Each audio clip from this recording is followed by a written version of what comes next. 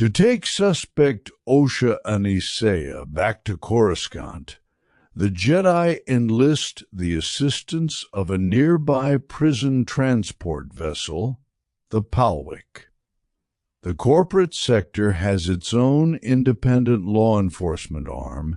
In cases that fall under Jedi jurisdiction, the Order can commandeer resources, such as this prison ship, when necessary. This prevents the need for the Jedi to have a standing captivity fleet. Data file. Manufacturer Kazellan Corporation. Type long-range prisoner transport vessel. Dimensions: height 31.65 meters. Length 125.94 meters. Width 81.65 meters. Outsourced justice. The long arm of the Republic law does not stretch to the corporate sector, so the Republic judicial branch has crafted complex extradition treaties with the governing corporate sector authority to ensure its domain doesn't become a haven for criminals fleeing Republic space. Repatriation of fugitives by CSA vessels incurs hefty billback fees from CorpSec, which may be collected from fines levied on the prisoners. Forward port escape pod. Dybbuk silencer. A Dybbuk silencer is a parasitic life form modified by Kluab Pharmaceuticals from an atmospheric glider native to Dibran 12.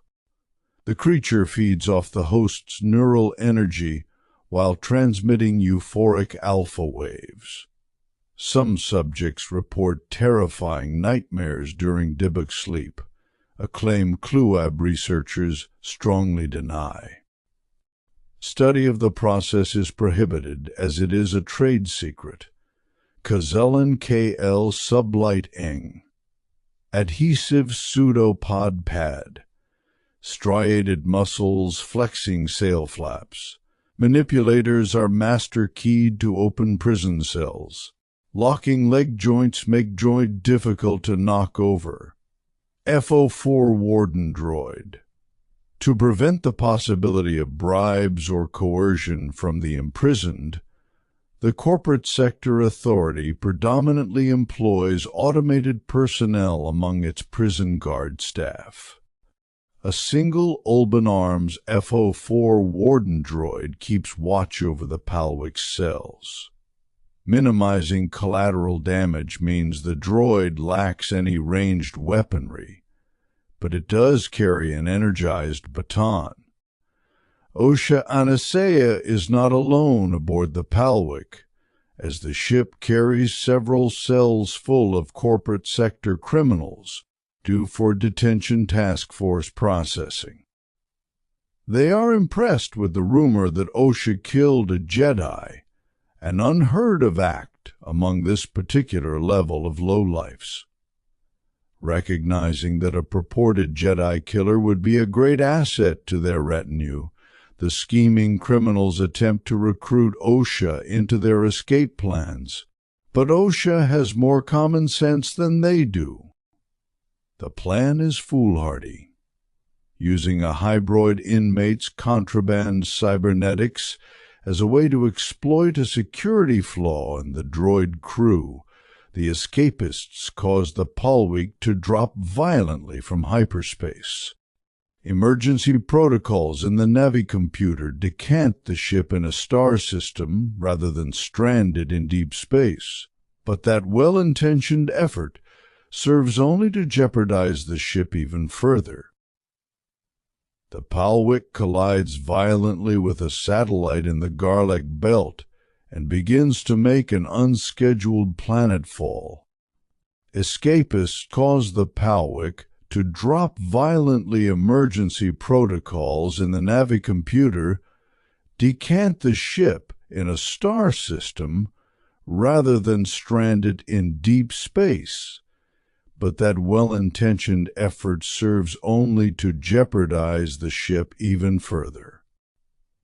The Palwick collides violently with a satellite in the Karlak belt and begins to make an unscheduled planetfall. The profound isolation and pressures of deep space mining led Autolycus to succumb to deadly space psychosis. He killed several fellow miners, requiring special measures to keep him restrained and to prevent him from revealing the location of the valuable mine. Tattered shawl made of graphene hide. Tattoo denoting allegiance to Free Prague Slicer movement. Cyrith Dunn. Past career counselors and defense lawyers attest that if Cyrith Dunn could truly apply himself, he'd amount to more than being a slicer, skulking unprotected computer networks in the corporate sector. He has leadership enough to rally a crew of thieves, Porat P enough to rally a Neves, coiled head tentacle ready to strike. Torbeslin, an amphibious shorewilt. Torbeslin is a skilled security expert, versed in programming and electronic lock-breaking.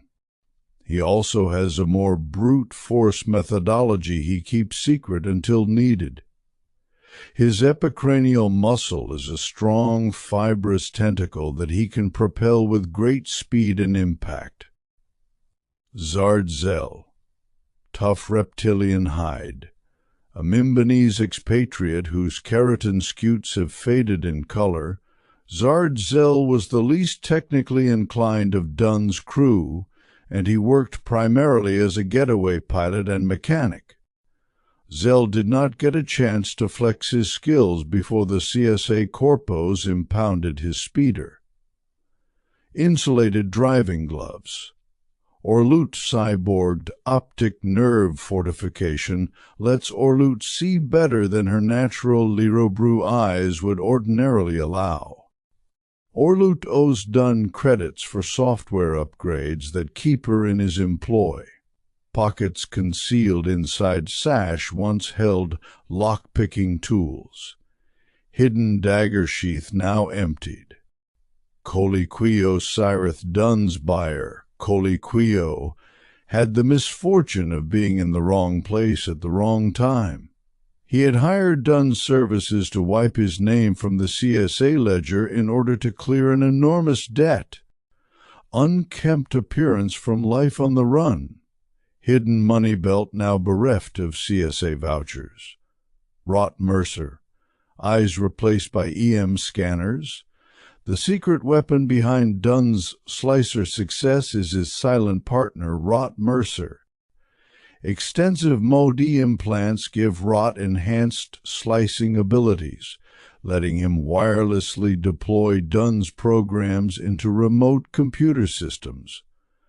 Cyrith also develops code to entertain Mercer's butchered mind, adding an addictive dependency to their unscrupulous relationship. Vocoder and transmitter unit. Secure data cache hidden in gallbladder. Grounding bracelets to control static electricity. Poland GX8. Interior tunnels. The Poland interior is efficiently allocated and delineated to pack a variety of chambers within its hull. The common area has clusters of bunks and meeting spaces, as well as a tech station and a medical bay. The upper deck includes the cockpit and a training area for Jedi to practice sparring techniques. Lower cargo bays carry camper units and speeder bikes. The aft section includes engineering crawlways and the Finch-Dart escape craft, astronics and sensor bay, operational history ships.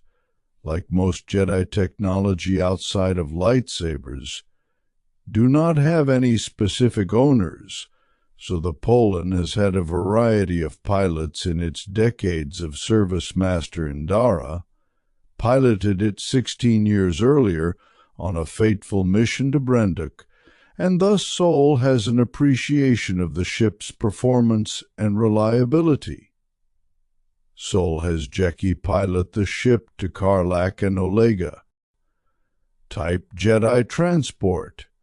Dimensions height 20.45 meters. Length 78.56 meters. Width 58.14 meters. Height 16.75 meters. Length 58.12 meters. Width. Weapons: 2 forward laser cannons, 2 light blaster cannons, 1 ordnance launcher. Affiliation: Jedi Order. Rash on Karlak. The glitched hyperspace reversion throws the Palwick far off the way. In an effort to compensate, the ship's scrambled Navicom latches onto the Intrala route before finally spitting the Shippo Karlak system, where it decelerates to sublight speed. Spinning control after an asteroid collision, the Palwick crashes to a skid halt in the northern mountains of planet Karlak. Osha Anisea S. herself, insecurely enough that she survives, albeit bruised, and a world far from notice. Karlak is in the Prefsbelt sector, a little remarked upon expanse in the outer rim reputed to be the source of the Minok. Visions of fire. As Osha recovers from the crash, she is struck by strange visions of a very familiar young girl, her twin sister May. The girl appears as Osha last saw her years earlier when a devastating fire consumed their home. The nightmarish apparition startles Osha awake.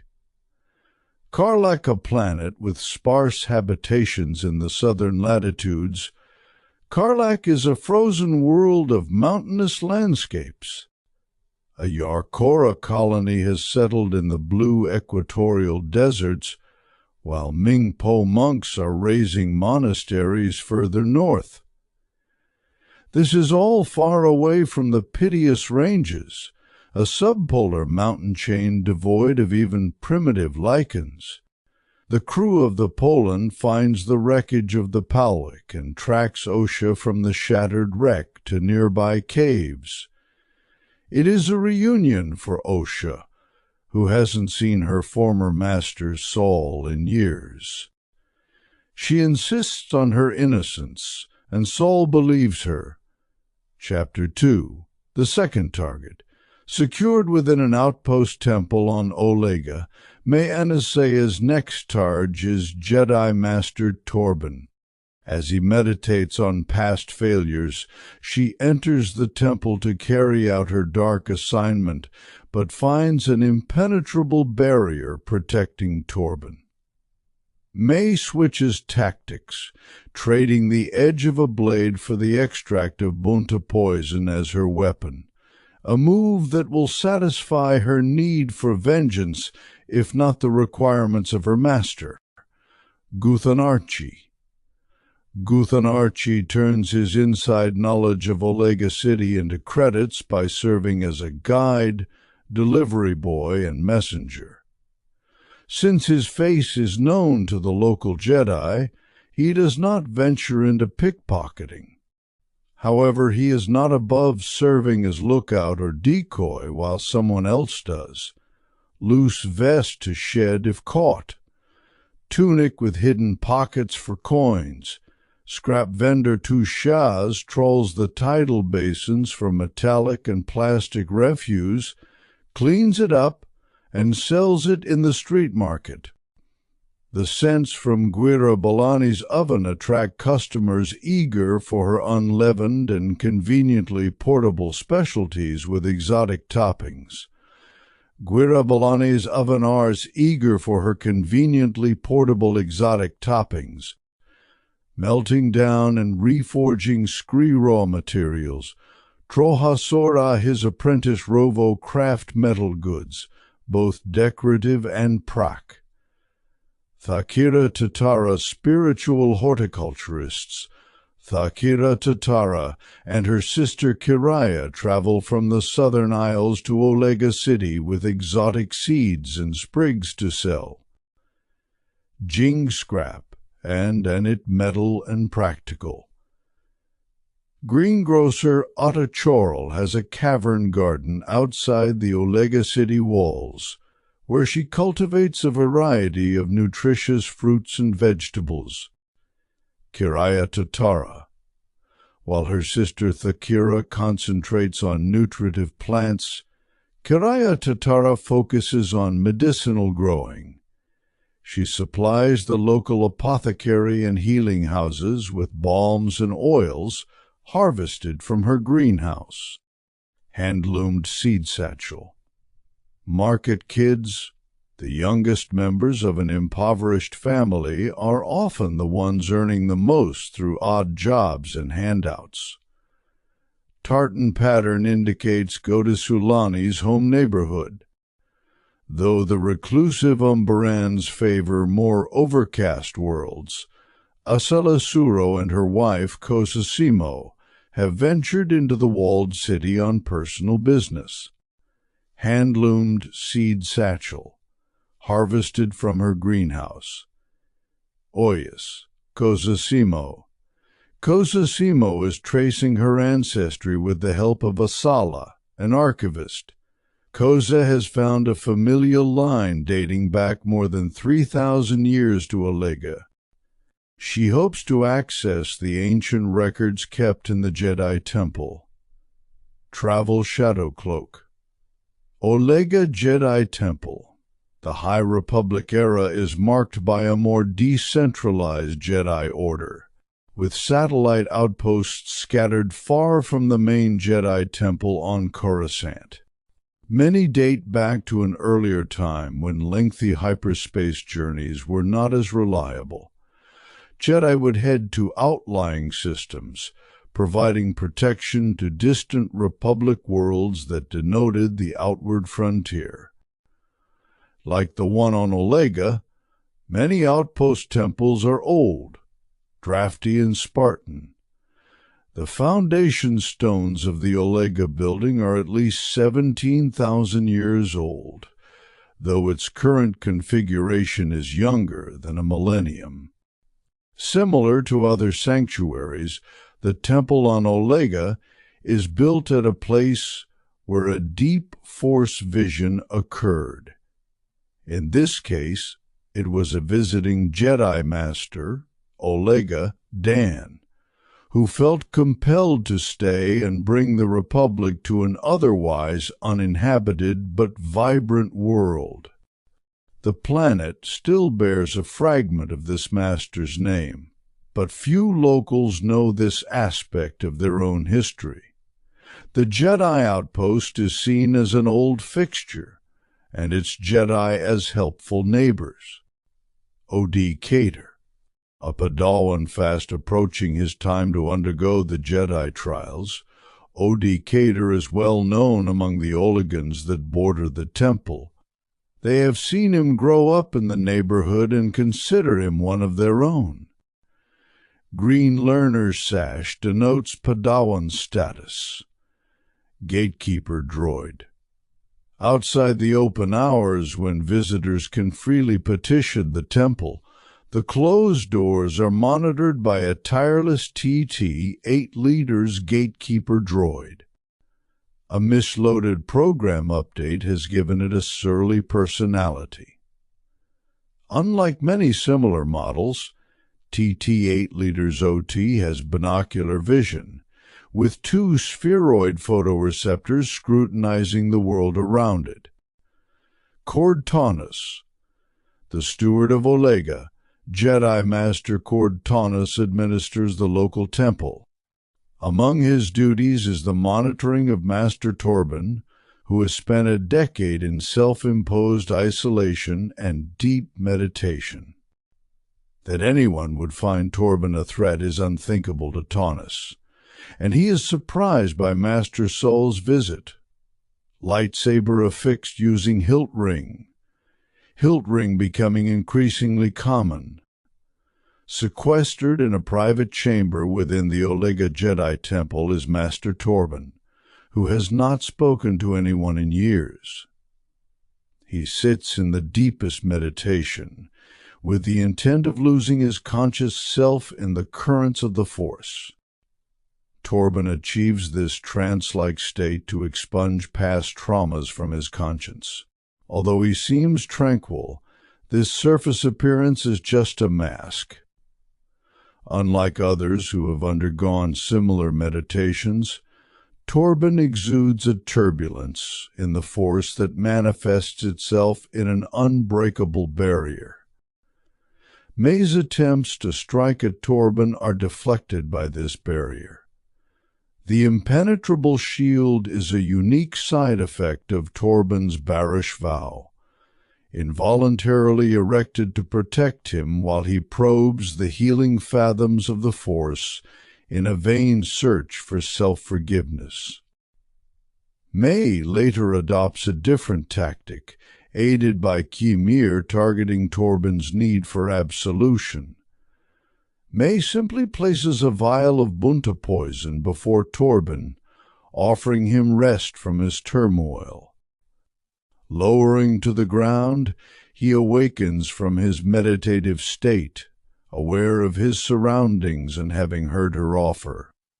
With a final request for forgiveness, Torban willingly ingests the toxin, the Barish vow.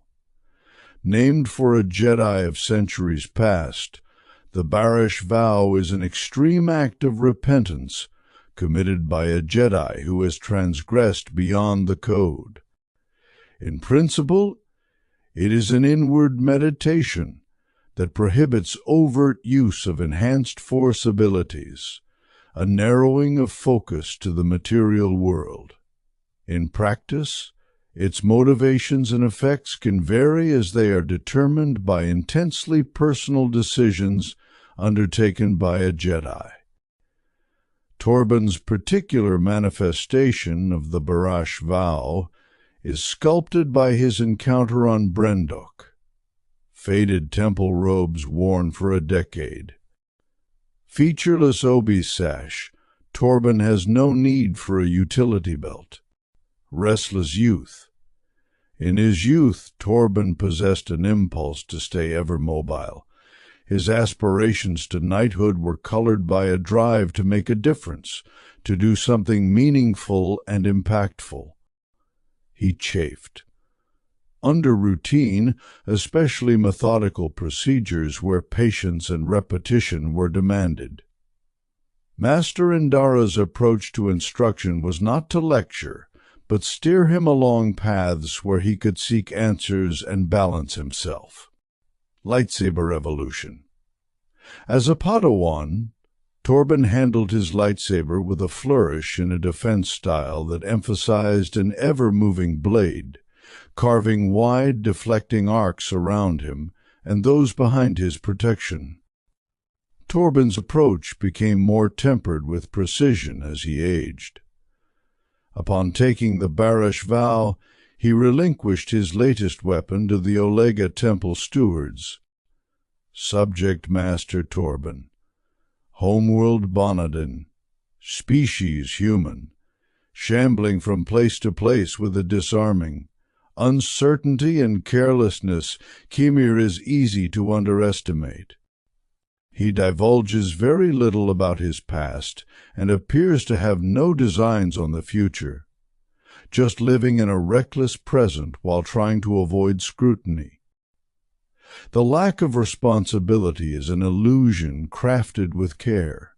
It draws attention away from the fact that he is in service to May Anisea Owend, their unseen master. Kimir's latest ruse is posing as an apothecary on Olega. The real store owner has disappeared, and, if queried about it, Kimir rattles off a vague story about an extended trip to visit family. Though the apothecary role seems improvised and driven by the store's proximity to the local Jedi temple, Khmer demonstrates skill in chemistry and pharmaceuticals, indicating a deeper well of knowledge than his flippant attitude would suggest. A break in the case surfaces when Osha poses as May and enters the apothecary to interact with Khmer, who makes a veiled reference to an elusive master. Using Master Saul as bait, the Jedi draws out May, but the young assassin proves to be a slippery quarry. She escapes the trap in a stolen land speeder but makes eye contact with Osha for the first time in 16 years, her face concealed by an old Bandogora rebreather mask. Luntabetha's appearance looks more threatening than helpful, but the locals know her well. She is a dyer working from a street-side stall in Olega City. PDX-28 Stun Blaster. Implemented by Vernestra Rowe, stun blasters are a non-standard part of the Jedi gear used when apprehension missions warrant them. Neural disrupting energy patterns are enhanced by pulsed kinetic waves. Asin for Kubar. Kinetic wave guide emitters. A burly Kogini. Anber Dregel is a scrap merchant hauler, stevedore, and collector of camera equipment who is commonly known around town by nicknames Long Arms and Ol Gundark, the third target. In the densely forested wilderness of Kofar can be heard the howls of a lone Wookiee.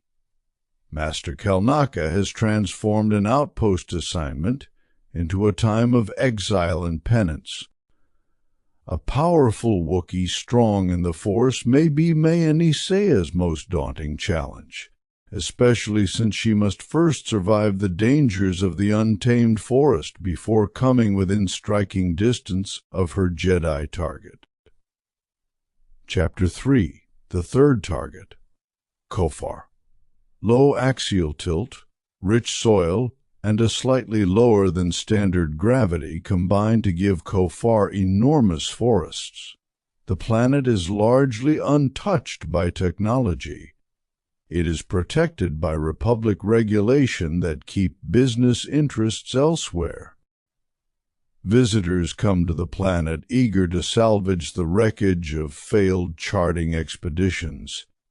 There is a small, underdeveloped tourism industry springing up to meet these needs, but for the most part, Kofar remains unexploited.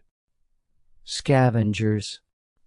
While the Republic's quarantine of Kofar is to safeguard the wilderness, it also serves to protect trespassers from the dangers of the forest. The impenetrable nature of the dense vegetation has caught many ships in its thickets, luring scrap seekers like Mevid and Manju into the underbrush. Cloud dispersal. The Kofar underbrush is dotted with a variety of colorful pods that explode when jostled, spreading their floating seeds into the winds. Gummy green, the seeds of the virid track, coated in an adhesive, NS stick to wildlife, and are far afield before the gumdi. A towering and noble presence exuding confidence and control.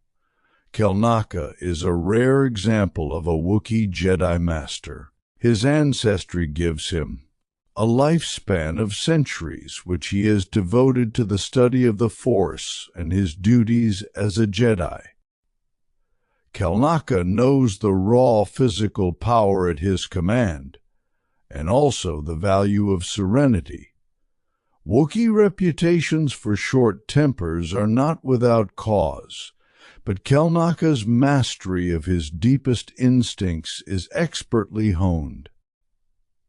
The vocal apparatus of Wookiees means Kelnaka cannot speak Basic, though he does understand it, and Shiriwook is a difficult language for non-Wookiees to master. Regardless of this potential communication complication, the connection of the Force is there to draw Kelnaka and other Jedi closer together. Assists in Starlight Beacon recovery mission. Witnesses the death of old age of his one-time Padawan Yarzion Vel. Outliving companions is common for Wookiees. Completes the training of Padawan Ordea. Mission to Brendok with Master Indara. Assigned to Kofar by the Jedi Council. Ventures deeper into the forests of Kofar and loses contact with the Jedi.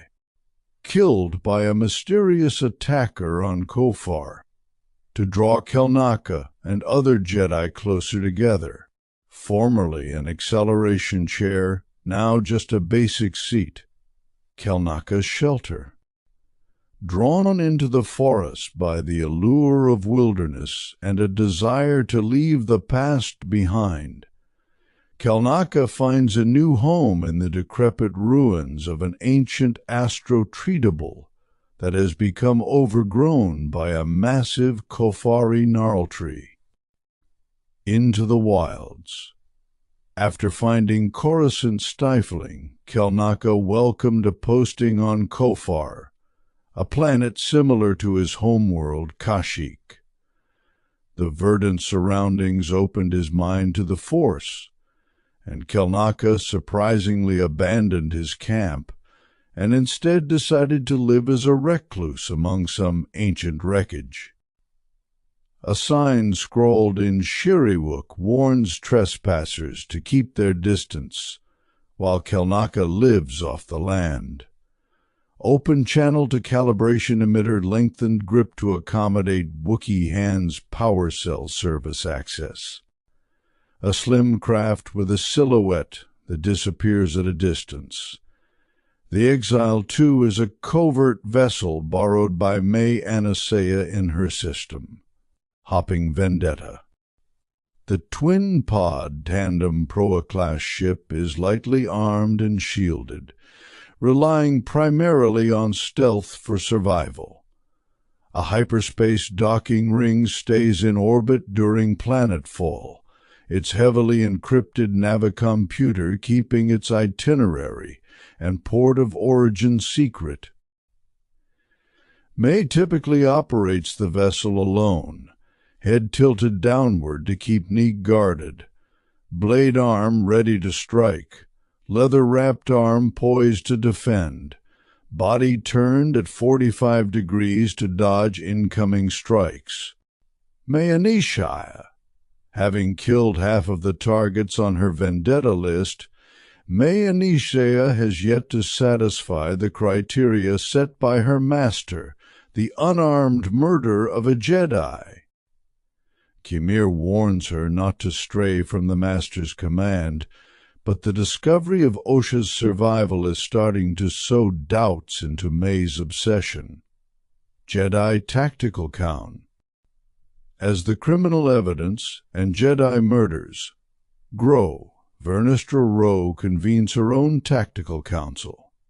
The wary Jedi Master is concerned that vulnerabilities to the Order may be raised by unconfirmed leaks regarding the investigation. Vernestra compartmentalizes the information to reduce the chance that unscrupulous opportunists could use it against the Jedi. She keeps the High Council uninformed, at least, she reasons, until a clearer picture of the murky situation is revealed. The Jedi Masters carefully examine the holographic recording that Yord Fandar captured on Olega, showcasing May's lethal fighting style that taps into awareness of the Force. That she is skilled is no question, just where she learned these skills is another matter. Still, a scandal like this would inspire fear and distrust. We should handle this ourselves. Vernestra Rwoh. A council convened. The 10 masters Vernestra gathers are trusted advisors who she has worked with closely in her many decades as a Jedi. Sol is given a privileged position due to his direct experience with May, but authority rests with V.O. Holden, who has the most seniority after Vernestra. Vernestra tasks Holden to organize a mission to Kofar in the hope of intercepting the killer. Ki Adi Mundi, lighter synth leather belt. Ki Adi Mundi prefers the longer cut of temple tabards. Levgo Mar, a Kazvirian, is one of Master Ruo's trusted circle of advisors. He is particularly adept at forensic analysis, spotless temple robes. Examining the holographic recordings of Maya Nisea, V.O. Holden sees skill undercut by faltering emotional control. She has never seen anything quite like this, and muses aloud that perhaps May is from some undocumented splinter order. Holden's next task is to assemble a team of Jedi Knights for the mission to Kofar. Fact file. Though Holden has a stray thought that perhaps someone is attempting to emulate the long-dead Sith, she keeps the absurd idea to herself. Jedi Temple Landing R.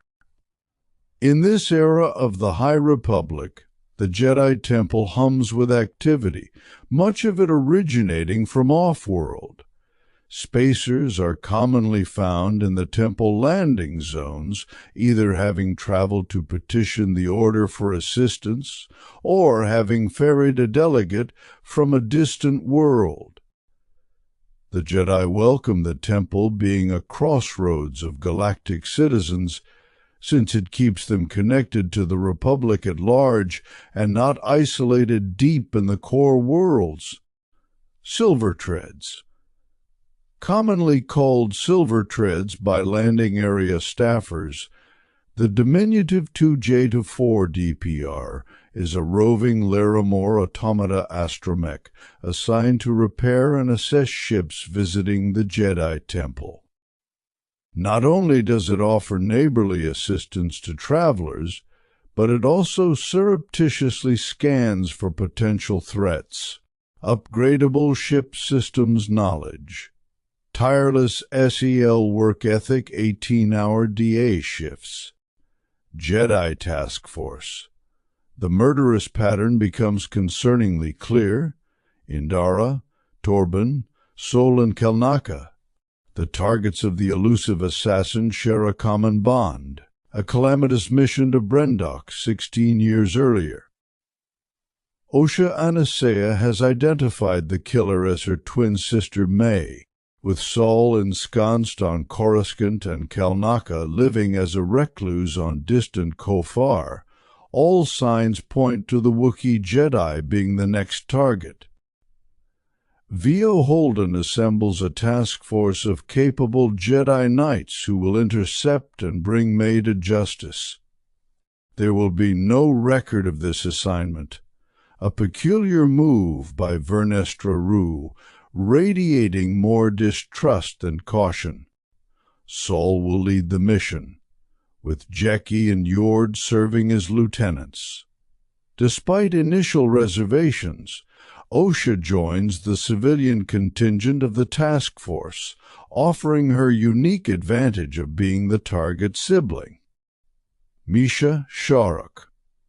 Jedi Knight Misha Sharuk has gained a reputation along the borders of Hutt space for her tenacity and skill in tracking down lawbenders in that raucous region of the galaxy.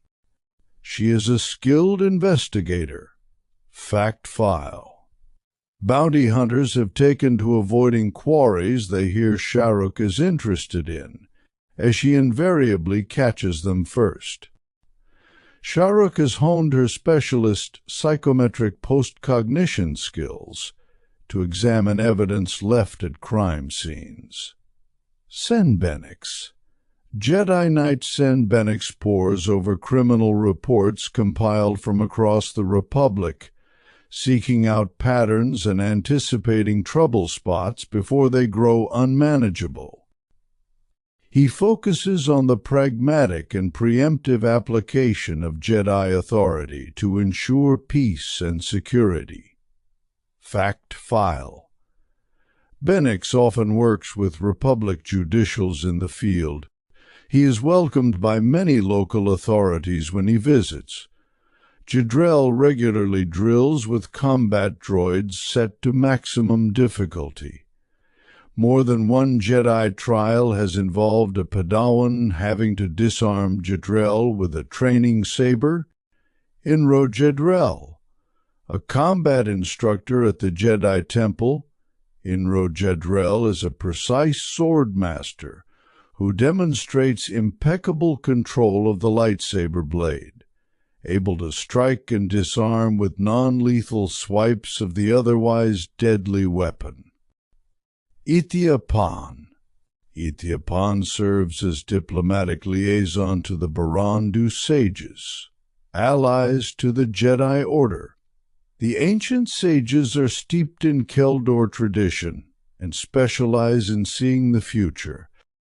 Oddly, they cannot get a clear vision of Pan's future, a fact that troubles the sage elders.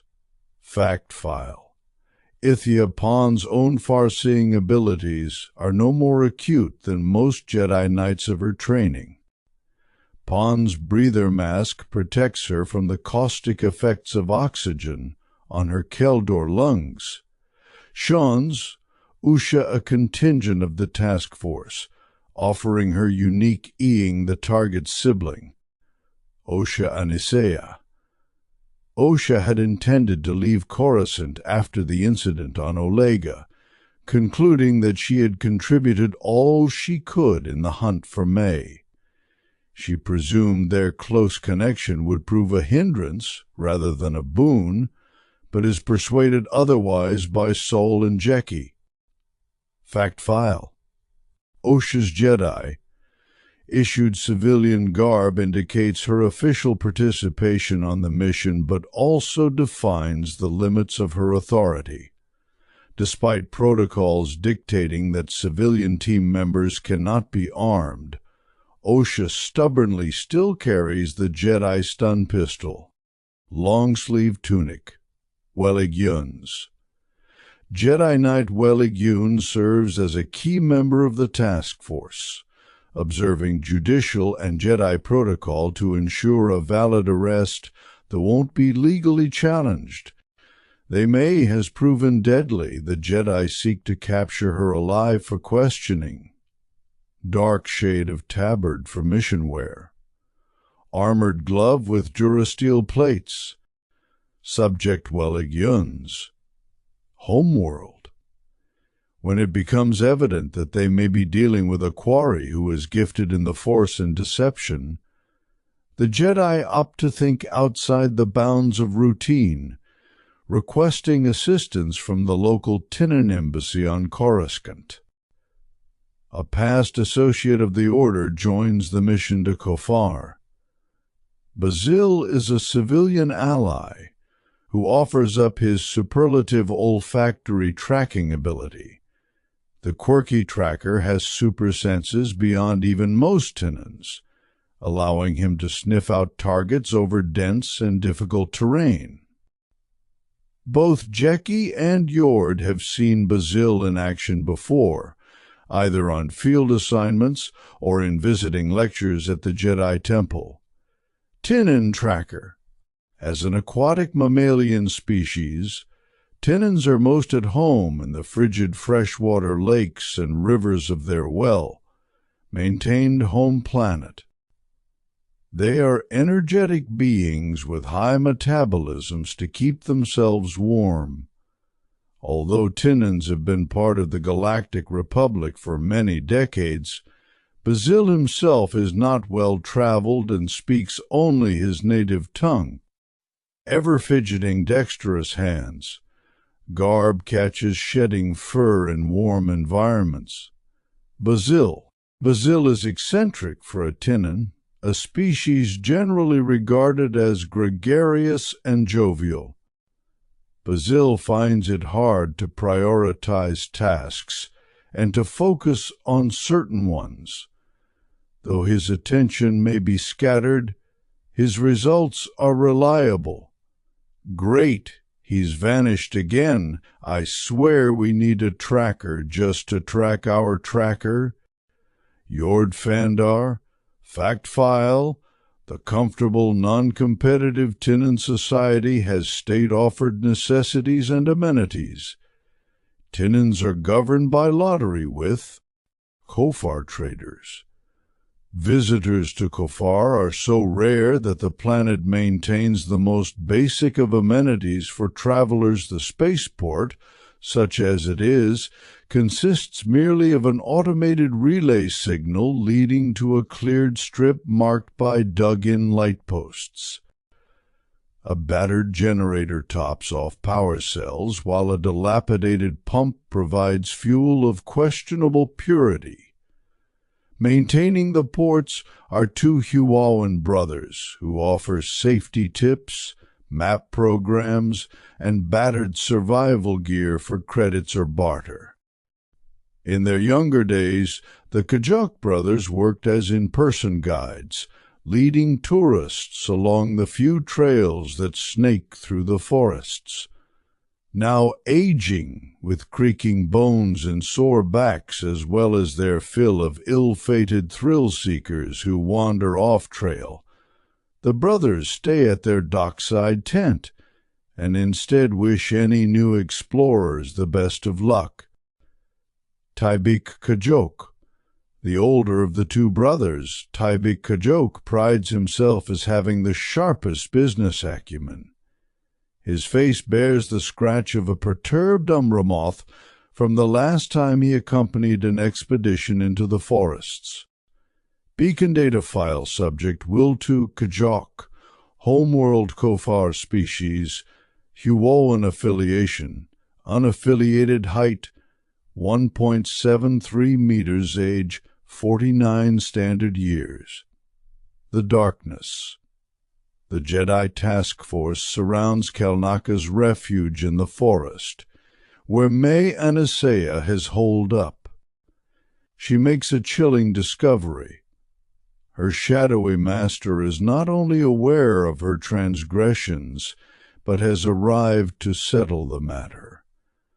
As night falls on Kofar, so too does a different, and far more deadly, type of darkness, wielding a red-bladed lightsaber.